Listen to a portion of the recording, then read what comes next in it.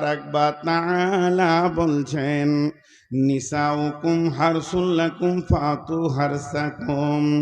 আল্লাহ সূরা বাকারার মধ্যে বলছেন, পৃথিবীর বুকে যত মহিলা আছে, হে পুরুষের দল, এই মেয়েগুলো তোমাদের জমিন, এই জমিনকে চাষ করো এবং তার থেকে ফসল লাও। অতএব মেয়ে হলো তোমাদের উর্বর জমি, একে চাষ করে ফসল লাও। যদি ফসল না লাও সমাজ অচল হয়ে যাবে। তাহলে মেয়েরা যদি জমি হয় তো চাষি হবে কে? না চাষি হবে পুরুষ। মেয়ে জমিন চাষ করো। এখানে একটা মজার কথা বলছি, 1 মিনিট পর। তো চাষ করো, তো জমি কয়টা? 2টা। জমি কয়টা? 2টা। এই 2টা জমিকে মনে রাখেন, কিন্তু মাঝে একটা ছোট্ট কথা বলে নি। ধরেন গোটা পৃথিবীটা মানুষে ভর্তি হয়ে গিয়েছে, একদম যত লোক দরকার তার থেকে বেশি হয়ে গিয়েছে, কিন্তু লোক তো মানুষে ভর্তি হয়ে গিয়েছে গোটা পৃথিবীটা, কিন্তু নাই, খাবার নাই। সমাজ টিকবে? জোরে বলেন, টিকবে? একবার মুখ খুলেন, টিকবে? এতটি লোক মুখ খুলে না। সত্তর পীরের পোদ্দার নাকি রে বাবা? না, আমি খুলছি না, আমাকে আমার জুতে রাখতে দাও, আমি ইশারাই লিব। আমাকে পীর সাহেব মনে করছে খালি। আমি কোন ঝাঁটু মুন্সি, কিছু জানি না। 2 কলম বাংলা বই পড়েছে, বায়ন করছে, ভাবছে হয়তো বড় বুজুর্গ আলেম চলে এসছে, যে খুব খিদমত করছে। খিদমত করবে তো সাইকুল হাদিসদের করলে নেকি পাবে, আমাদের করলে নেকি পাবে না। তো কথা কি বললাম, খুব ভালো করে শুনবেন এই জায়গায়। পৃথিবীটা মানুষে ভর্তি হয়ে গেছে, কিন্তু খাবার নাই। চলবে? চলবে না। পৃথিবীটা খাবারে ভর্তি হয়ে গেছে, কিন্তু মানুষ নাই। চলবে? লোকগুলা হ্যাঁ না বলে না রে, আবার এত লেটে বলছে ফের। এই দিককার লোক কিন্তু মুখই খুলে না। একটু মুখ খুলেন ভাই, আপনারাই তো আমার উদ্দীপনা, আপনারা আমার উদ্দীপনা। অনেকে বলে আপনার বাংলাদেশে বায়ান কেন ভালো হয়? বাংলাদেশের শ্রোতারা বক্তাকে বকিয়ে নেয়, নামতে মন যায় না সময় পার হয়ে গেল, তাদের আগ্রহ দেখে। আর আমাদের দিকে পাম দিয়ে দিয়েও ওকে হাঁ বলানো যায় না, কি করে হবে? তো চলবে না। সমাজ যদি, পৃথিবীটা মালে ভর্তি হয়ে গেলে যদি মানুষ না থাকে চলবে না। আবার মানুষে ভর্তি হয়ে গেছে, সম্পদ নাই, চলবে না। তাহলে একদিকে সুশাল, একদিকে সমাজ, আর একদিকে সম্পদ, 2টা বাড়াবার থাকতে হবে। গাড়ির 2টা চাক যদি বাড়াবার না যায়, গাড়ি কিন্তু সামনে আগাবে না।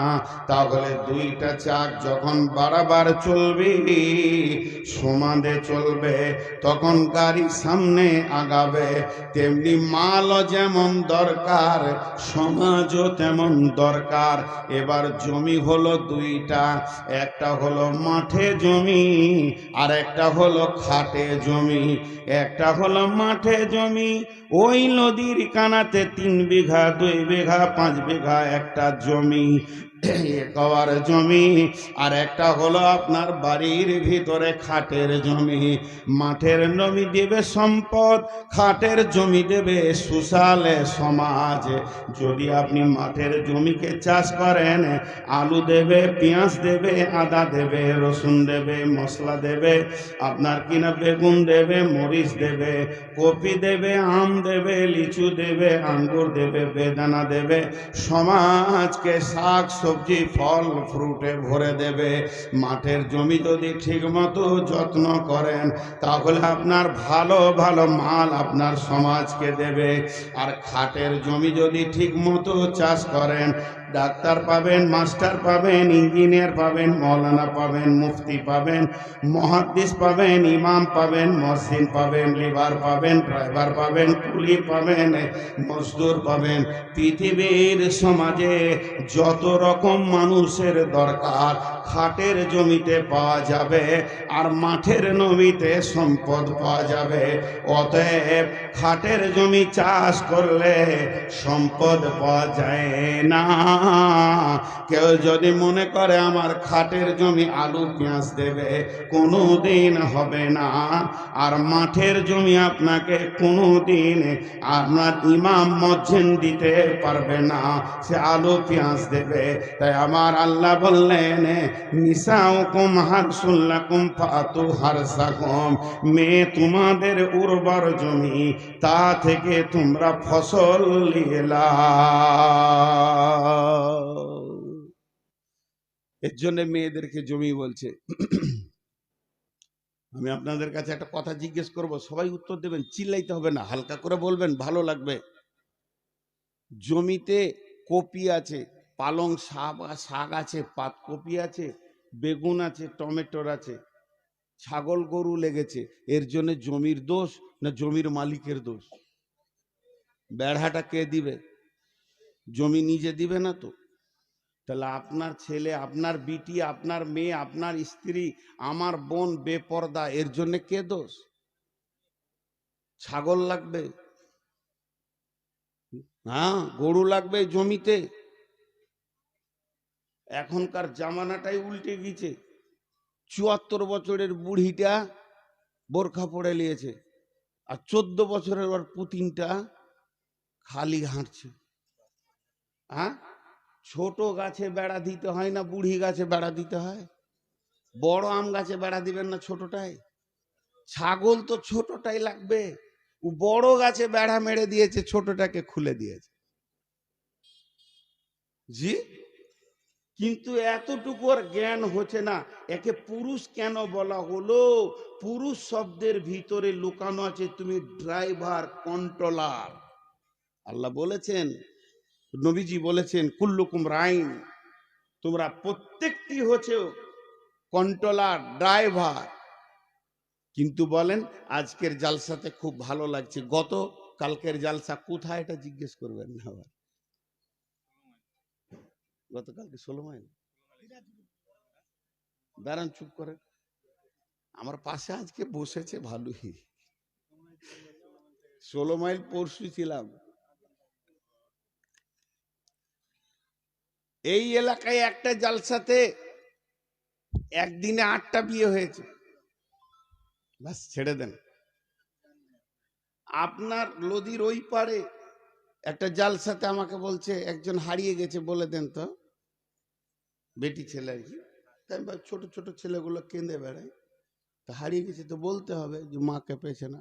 তোকে জিজ্ঞেস করছি বয়স কত? ছোট ছেলে নাকি? তা বলছে 17 বছর। চুপ রে, ও জিনিস বলে কেউ? চড়তে গেছে, ওর বাপকে খবর নাই, ওর ভাইকে খবর নাই। জি, কত গুরুত্ব আছে পুরুষের উপরে, দাঁড়ান একটু পর বুঝতে পারবেন। আমি সমস্ত যুক্তি দিয়ে দিয়ে বলবো, বিনা যুক্তি কিছু বলবো না ইনশাআল্লাহ। তো আমাদেরকে এমনি পুরুষ করেনি। আল্লাহ তাবারাক ওয়া তাআলা বলছেন, আর রিজালু কাওয়ামুনা আলান নিসা। যদিও নামটা পুরুষের, রেজাল নামটা পুরুষের, কিন্তু ওসিয়তটা হচ্ছে মহিলাদের। এটা পুরুষের ওসিয়ত নয়, ওসিয়তটা আল্লাহ মহিলাদেরকে বলছে, হে পৃথিবীর মেয়েদের দল, ওরে মহিলার দল, ওরে নারীদের দল, শুনে লাও, সারা বিশ্বের যত পুরুষ আছে আমি ওই পুরুষদেরকে তোমাদের কমান্ডার বানিয়েছি। তোমাদের মাথা হাতে ওপর, তুমি তাদের মাথা হাতে থাকবে। খবরদার নেতৃত্বের গদিতে বসবে না, নেতৃত্ব নেবে না। মহিলা নেতৃত্বের ওপরে রাসূল লানত দিয়েছেন। বিধায় একটা কথা জেনেলেন যে হে নারীর দল, পুরুষ হলো তোমাদের নেতা।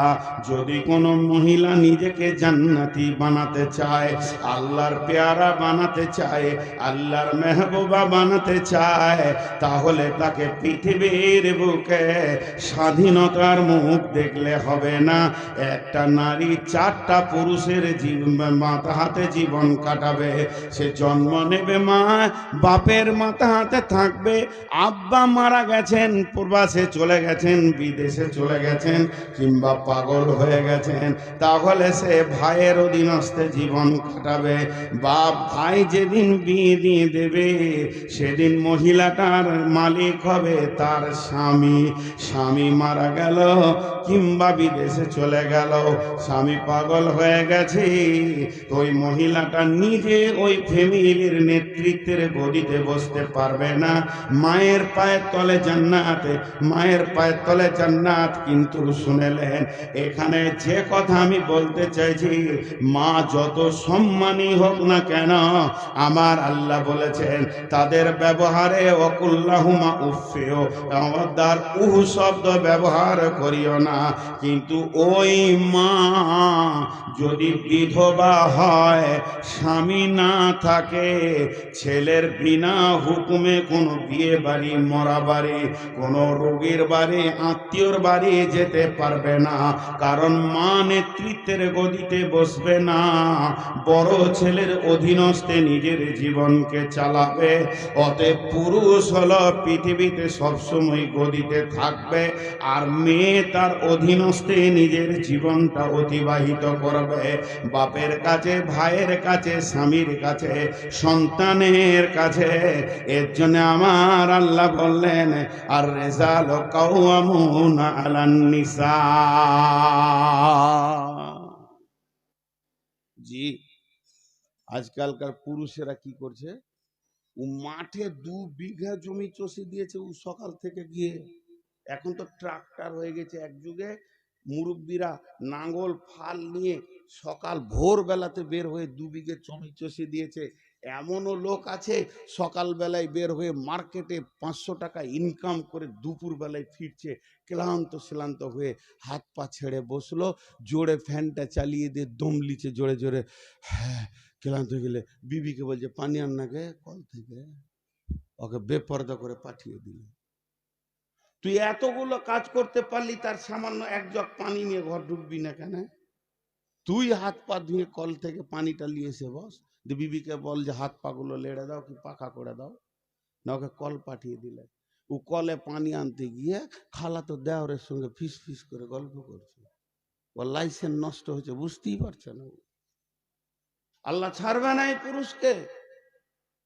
পুরুষ মানে বিবিকে ধরে পিটাবে, এর নাম পুরুষ নয়। পুরুষ মানে যে সমস্ত টাকা যাকে মিটিয়ে বিবিকে কন্ট্রোল করবে, আনন্দ দিবে, এর নাম পুরুষ। মারার কথা কোরআনে আছে, ভাবিয়েন না যে মারতে নেই, কিন্তু পরিমাণ আছে তার, কিন্তু আমরা বুঝি না। আর একটা উদাহরণ দিই, যেদিন কিয়ামতের মাঠে বিচার হবে, পৃথিবীর পুরুষের বিচার হবে পুরুষকে সামনে রেখে, কিন্তু নারীদের বিচার যখন কিয়ামতের মাঠে শুরু হবে, যতগুলি মহিলা আছে এদের বিচার এদের একা হবে না। যতক্ষণ পর্যন্ত পুরুষকে আল্লাহ সামনে না নিয়ে আসবে, কোন মেয়ে যদি আপনার কিনা স্বামী মরে যাওয়ার পর গোপনে গুনাহ করে, সন্তানকে সামনে নিয়ে মায়ের বিচার হবে। এর জন্য একজন মুফাসসিরিন বলেছেন, যখন কোন মেয়ে জাহান্নামে যাবে, ওর গলাতে বাপকে, ভাইকে, স্বামীকে, সন্তানকে তাবিজের মতো করে বেঁধে জাহান্নামে দেওয়া হবে। পক্ষান্তরে এমন লোক আছে যে জাহান্নামে যাবে, নিজে ইবাদত করেছে, তার অধীনস্থ দিকে খেয়াল করেনি, ওর গলাতে স্ত্রী, বোন, মা, বেটি বাঁধা থাকবে। অতএব বন্ধুরে, আমাদেরকে আল্লাহ পুরুষ বানিয়েছেন, কাওয়াম বানিয়েছেন কেন? সারা পৃথিবীর মহিলা আমরা আমাদের মাকে, বোনকে, বেটিকে, স্ত্রীকে কন্ট্রোল করে করে, ড্রাইভিং করে করে তাকে জান্নাতের পথে নিয়ে যাব এবং নিজেও জান্নাতি হব। কু আনফুসাকুম ওয়া আহলিকুম নারা, আমি জাহান্নাম থেকে বাঁচব এবং আমার আহালকে জাহান্নাম থেকে বাঁচাবো। আমার রব বলেছেন, এর জন্যই আমরা পুরুষ।